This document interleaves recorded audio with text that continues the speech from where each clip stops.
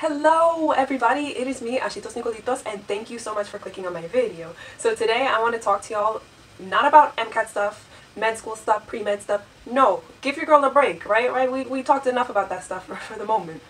Today I want to talk to y'all about modeling because if you didn't already know, I am a model in New York City. I worked freelance for a few years and I'm now signed with an agency. And guess what time it is? Yes, it is Fashion Week, one of the busiest times of the year for models. So I want to bring y'all through what it's like to go to a casting during Fashion Week. So y'all are going to go through the whole day with me. Y'all are going to see me get attacked by pigeons, battle through this snow blizzard that we have going on in New York City right now. And then you can meet me back here and we're going to just chat about it a little bit and what it's really like to be a model in New York City. Okay, let's get started. I'll see y'all in a bit.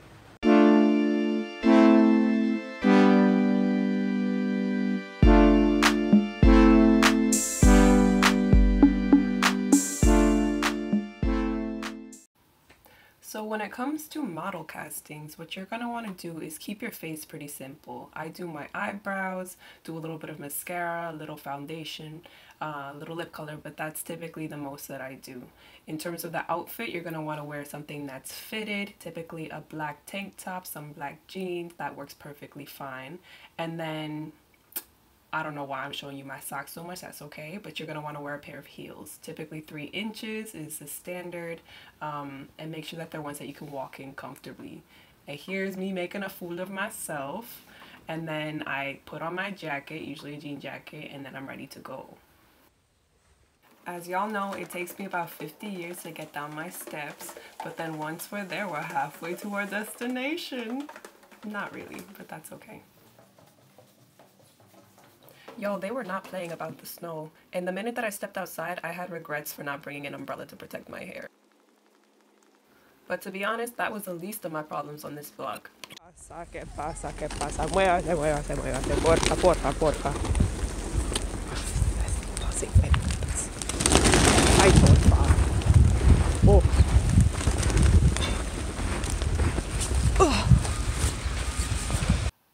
But did y'all see that disrespect? They really did not want to move for me today. Some people like pigeons, but how could you like the flying rats? I don't understand that. If you like pigeons, I don't know if I could trust you. They had me up against that fence. Did you see that? Every time I looked at myself, I was a little disappointed. I'm like, what am I doing out here? I've got some nerve treating my hair like this. It looks cute at the moment, but once the snow like really melts, it's not gonna be so cute anymore. I'm gonna look like a wet dog.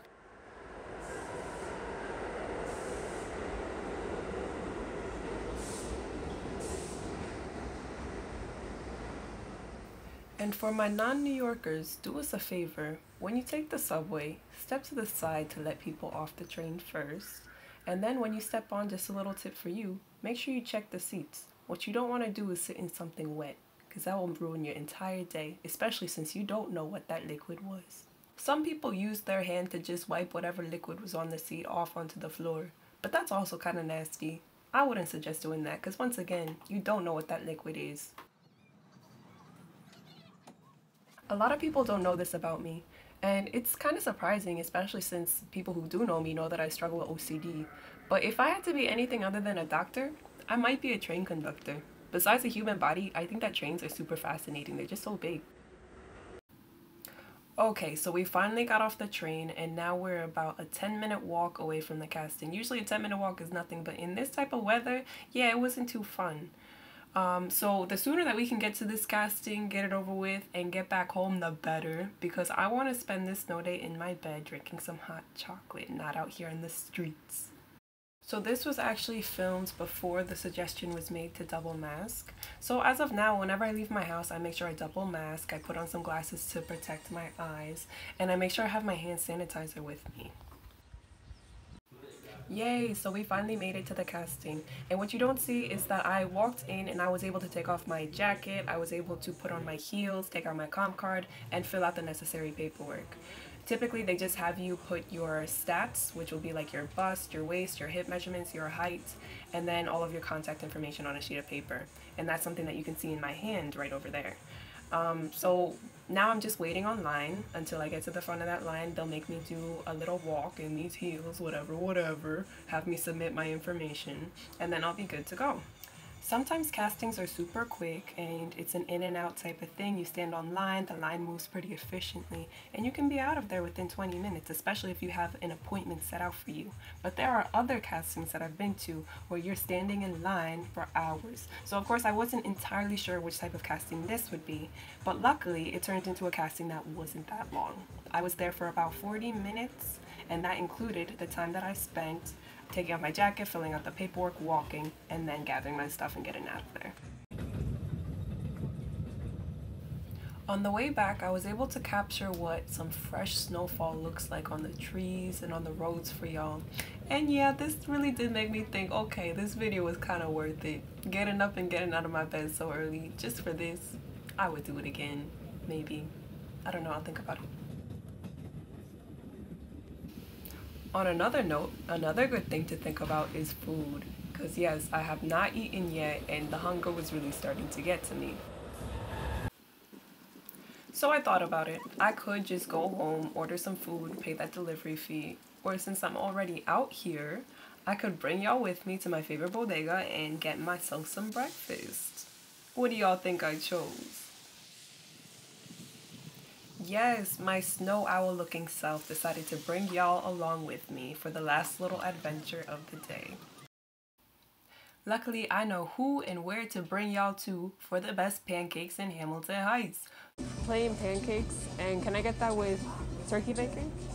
Scrambled eggs, Please. cheese, and milk. Sounds good. Thank you. Okay, you're welcome. Next, please. So we've secured the breakfast, and now it's time for us to go back to my place, defrost, rejuvenate with these pancakes, and walk y'all through what it's like to do some modeling in New York. So when it comes to runway and editorial and photo shoots and things like that, every model's got their different preference. Me personally, I still am not entirely sure. I like runway a lot, especially because I like meeting people and making friends like that. And today at the casting I ran into an old friend, and it was nice to just catch up for a moment, because after a while you start to see very similar faces regardless of what city you're in, going to these castings, right? So you do develop friendships that way. And also I made a new friend today at a casting, and she was pretty cool too. So we always exchange Instagrams and things like that, and that's what I love about runway shows, especially when you get casted for the shows and you actually end up going to these shows. It could be hours long, right? But you really have time to like talk to other people. And the cool thing about fashion is that there's a lot of people coming from all over the place to come to these shows and walk in these shows. So it's really cool just to hear people's stories and hear what else they do besides modeling and all that they've done. Cool stuff, right? I love that about runway. But if we gonna be honest, like my runway walk is not that good. My pictures never really come out that good when it comes to runway. So it could be like 7-8 hour days, and then all I got to show for it, if it's an unpaid show, which most of them are, all I got to show for are just a few pictures with my face like, yeah, no. So that's why I'm just kind of like, I love runway for the social aspect of it, but I really do lean more towards photo shoots and editorial where I can really get more out of it, but at the same, in terms of photos and things that I can use for my portfolio, but at the same time, I don't get to meet as many people when doing photo shoots. And you get to link with like photographers and makeup artists and designers and things like that, but for the most part, you don't get to talk to other models, and I wish there was a little bit more of that in photo shoots. So I'm a little in the middle. I love the social aspect of runway shows, but I love the actual finished products and like the things that I can actually use in my portfolio when it comes to photo shoots and editorial work. Okay, so the thing is that I got this email about this casting yesterday afternoon, and I was like, yeah, I should go to this. I should really go to this. But then once I heard about the snowstorm, I'm like, I don't know if I'm gonna go to this. Because it was supposed to snow heavy, and as y'all saw, it was snowing heavy. So I really thought about it for a moment. I'm like, you know, maybe I won't go to this. I ate some tacos last night, watched some movies. I was like, nah. Then I woke up this morning around 10 in the morning, and I was like, yeah, no, I ain't going to this casting. You see, I just kept lying to myself. And then at 11 a.m., the casting was supposed to start at 11 a.m., but at 11 a.m. I was like, nah, I'm gonna go to this casting. Because, and the reason why I wanted to go to this casting so much in the end is because I wanted to show y'all what a casting looked like, especially during Fashion Week, because the other shows that I'm walking in, there were no castings for it. It was just kind of like through agencies and things like that.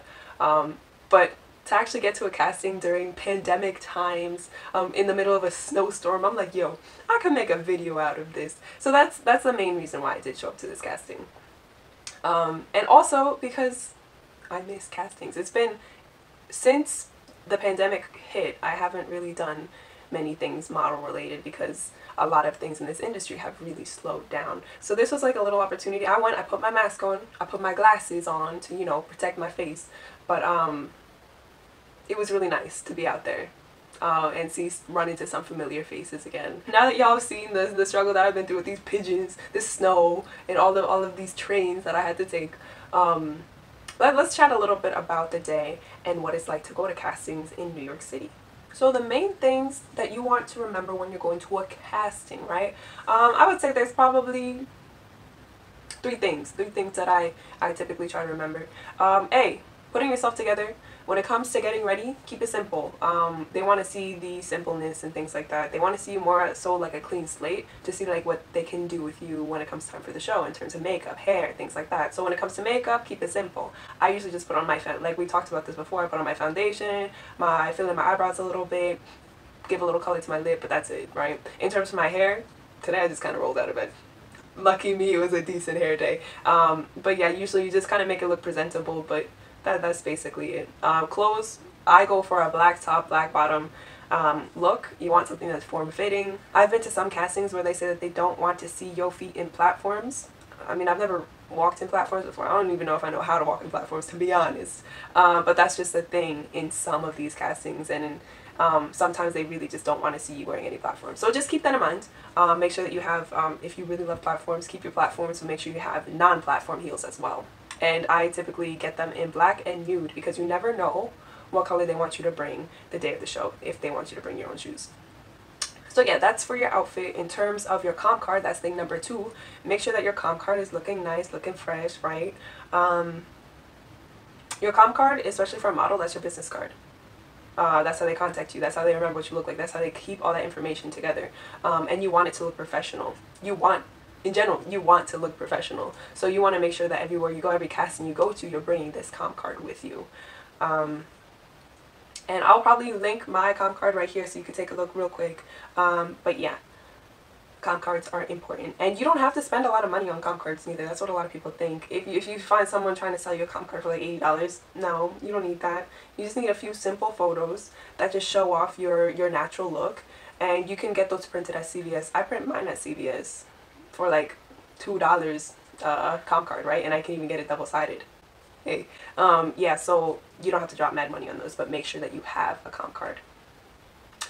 And the last thing, we kind of already talked about this before, but this is more so professionalism, and that means showing up on time. If you have a set out slot in which they want to see you, show up on time, right? And you also, and this is also helpful even if they don't have a slot, because like today's casting was from 11 a.m. until 4 p.m. And listen, I was running a little late for other reasons, whatever. But in general, you want to show up on the earlier side, because there have been plenty of castings where I get to them, if they start at 11, I get to them at 12 p.m. and by then, they already got most of their spots filled. And they already have their roster basically lined up. So the earlier you can get to a casting, the better. And there are some castings, especially, I got a little lucky today because of the blizzard. I think that deterred a lot of people. But a lot of times the line will start forming and it'll be a long line around the block and around the corner. And because people got there early. And if you get there late, guess what? You hopping on the tail end of that line and you're going to be there for hours.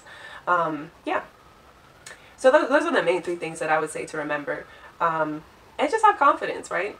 And don't let it get you down. Listen, if modeling teaches you one thing, if you walk away with modeling with one thing, you should just remember that you're not going to be everybody's cup of tea. And that is okay, right? You just got to brush it off and keep moving. We all get rejected. And you see people walking in going, oh my gosh, she got longer legs than me. Oh, her hair is so cool. Oh my gosh, she's so gorgeous. Oh, he's so gorgeous. Oh, whatever. We all get rejected anyways, so it's okay. Just be okay with that. Be okay with yourself. And remember not to base yourself in your looks and all the modeling stuff, because that could be bad for your psyche. But yeah, that's all I basically got to say about this. Again, thank you so much for joining. I hope that you liked seeing me go through this blizzard. And I hope that I can see you next time. If you haven't subscribed, you can subscribe down below. And I will love you forever. You already know how it goes. Alright, I'll see y'all later.